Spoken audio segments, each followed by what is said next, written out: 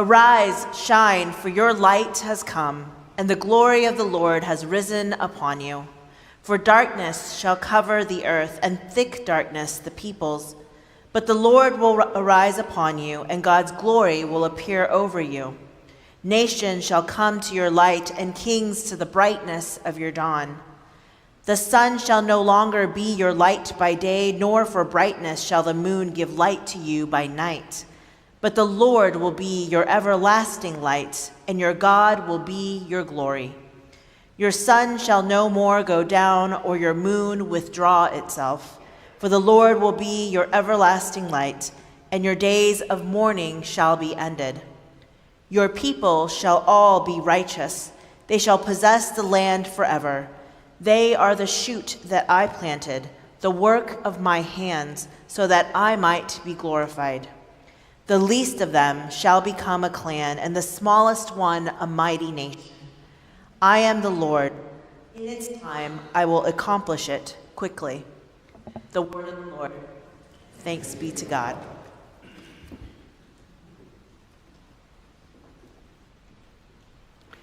Our second reading comes from the Gospel of Luke, and it takes place a little later than the story of the wise men, from chapter 2, verses 41 to 52. Every year, Jesus' parents went to Jerusalem for the festival of the Passover, and when Jesus was 12 years old, they went up as usual for the festival. When the festival ended and they started to return, the boy Jesus stayed behind in Jerusalem, but his parents did not know it. Assuming he was in the group of travelers, they went a day's journey. Then they started to look for him among their relatives and friends, and when they did not find him, they returned to Jerusalem to search for him. After 3 days, they found him in the temple, sitting among the teachers, listening to them and asking them questions. And all who heard him were amazed at his understanding and his answers. When his parents saw him, they were astonished. And his mother said to him, "Child, why have you treated us like this? Look, your father and I have been searching for you with great anxiety." And Jesus said to them, "Why were you searching for me? Did you not know that I must be in my Father's house?" They did not understand what he said to them. Then Jesus went down with them and came to Nazareth and was obedient to them. And his mother treasured all these things in her heart. And Jesus increased in wisdom and in years, and in divine and in human favor. Friends, this is the word of the Lord. So this is one of the very few stories of young Jesus that make it into the gospel accounts. And it is every parent's nightmare, losing your child. I can well imagine Mary's panic when she realized that Jesus was not with the other family or friends elsewhere in their caravan. Jerusalem for the festival of the Passover was a very busy place. People from all corners of the world coming home to the holy city to celebrate the holy days, even if it wasn't their home itself, and they didn't know the streets and the neighborhoods as well as they did the towns where they lived. It would be easy to be lost, and it would be hard to be found. Passover is the holiday that marks the deliverance of God's people out of the hand of Pharaoh, and I bet Mary appreciated the need for deliverance even more once her son went missing. And I don't know what you think your life would be like when you were the mother of God, but I suspect you would not expect to have a child who would wander off like that. Is it too much to ask young God to be well behaved? In fact, yes, it is too much to ask. No matter God's age, God does not and will not behave. God does what God will and not what we will. The God who created the universe and then chose a small, scrappy people in a forgotten corner of the world to be the people of God, that's a God who doesn't follow our script. The God who continues to work through deeply ordinary people. The God who sends the angels to shepherds instead of kings to announce the birth of God. The God who asks an unmarried teenager to bear the divine life. The God who chose to be born to a family who would become refugees at the whims of a tyrant. That's a God who does not follow our script. Even the story of the Passover is not one we would have written on our own. God heard the cries of God's people and delivered them out of slavery in Egypt by parting the waters of the Reed Sea, causing the waters to then crash back down where waters belong when the Egyptian chariots and horses and soldiers gave chase. At every turn in Scripture, God will do what God will do and not what we would do. And when we're shocked that 12-year-old Jesus wanders off and leaves the family caravan, we're just reminded that we keep forgetting that God's ways are not our ways. I can only imagine how Mary felt when they finally did find him in the temple, sitting with the teachers and asking good questions. First, I'm sure, was relief that he was safe, and then a moment of pride that everyone was so impressed with all of his good questions and his smarts. And then, child, how could you do this to us? Shouldn't you have known how much you had worried your father and I? And then Jesus says the absolute wrong thing to his mother, who just loves him and wants him to be safe. Why were you searching for me? He says. Shouldn't you have known I would be here in my Father's house? Jesus, no. Luke wants us to think very highly of Mary, so he does not record in his gospel what she then said to Jesus. Luke just tells us they didn't understand him. And then Mary treasured all these things in her heart, which is very similar to Christmas Eve, remember, when she ponders these things in her heart. This young God gives Mary a lot to think about. But the place to hold her thoughts is in her heart, not just in her mind. God's actions need our heart, our soul, and our mind if we're going to make any sense of them. They need some pondering, and they need some treasuring. As I mentioned at the start of worship, today is Epiphany, the day the church marks the arrival of the magi who followed the star to Jesus. And we heard part of that story last week when Victor preached from Matthew's gospel. I was in Hawaii this past week, and we spent a lot of time while we were there standing on the beach looking up at the night sky. Because in Hawaii, you can see a lot of stars in the sky. You could see the Milky Way.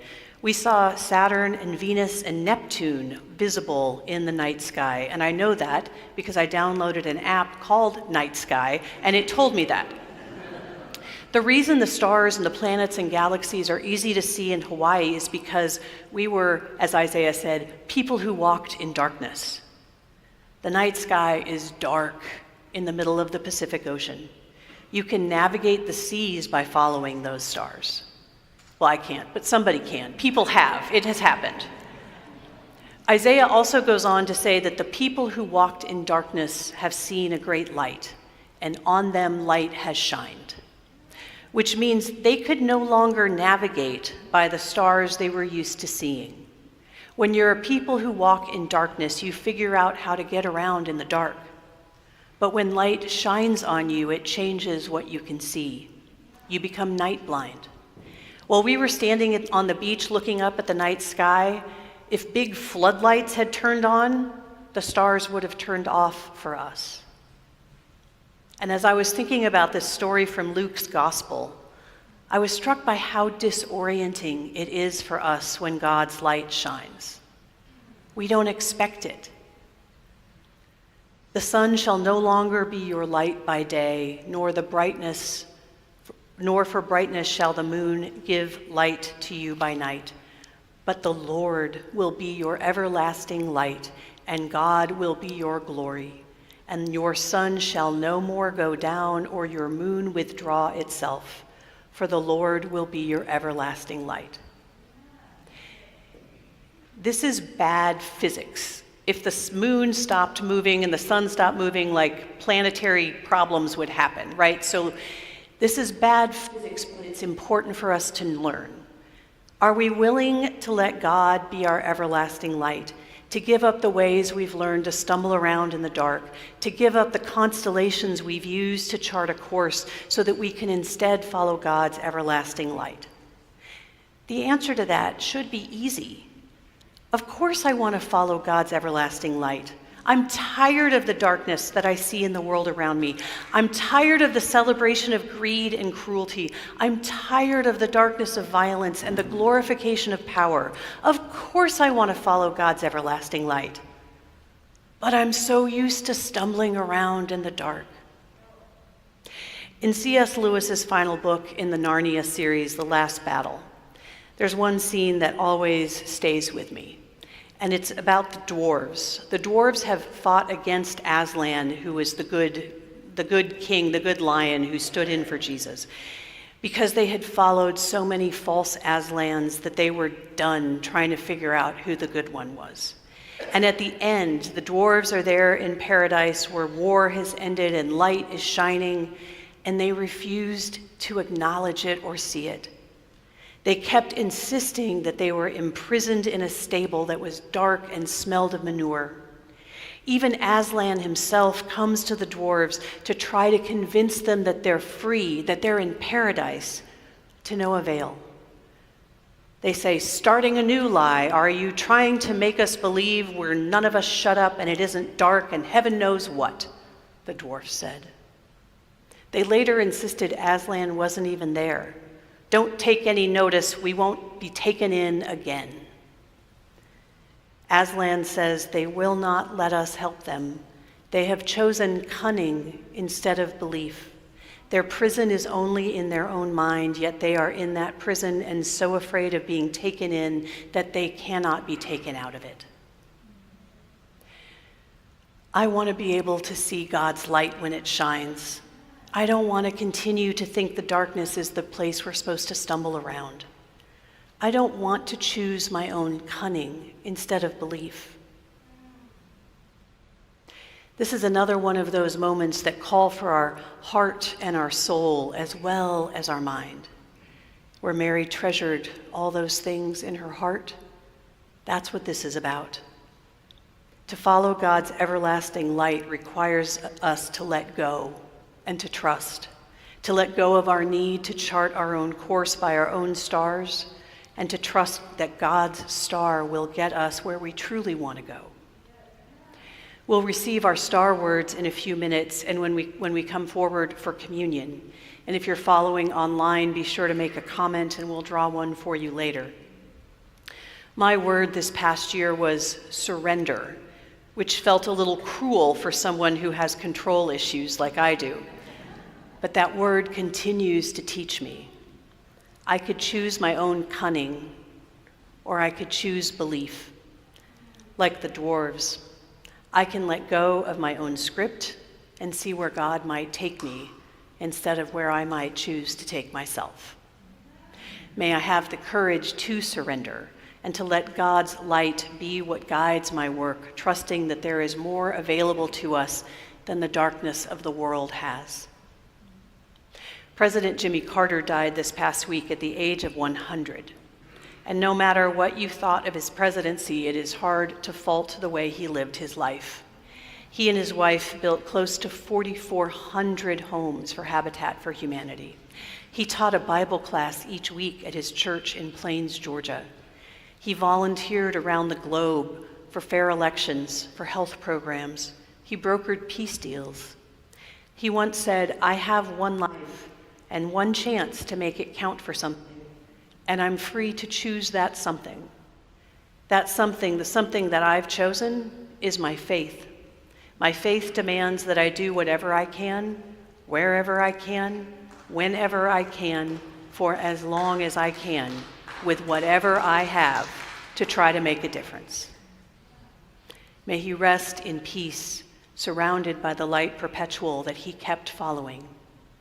Friends, God provides the light. We don't have to manufacture it ourselves. We just get to reflect it out to the world and allow it to shine through us. Remember, when the darkness feels overwhelming and oppressive, God provides the light. We get to let it shine. John Bunyan put it well in Pilgrim's Progress.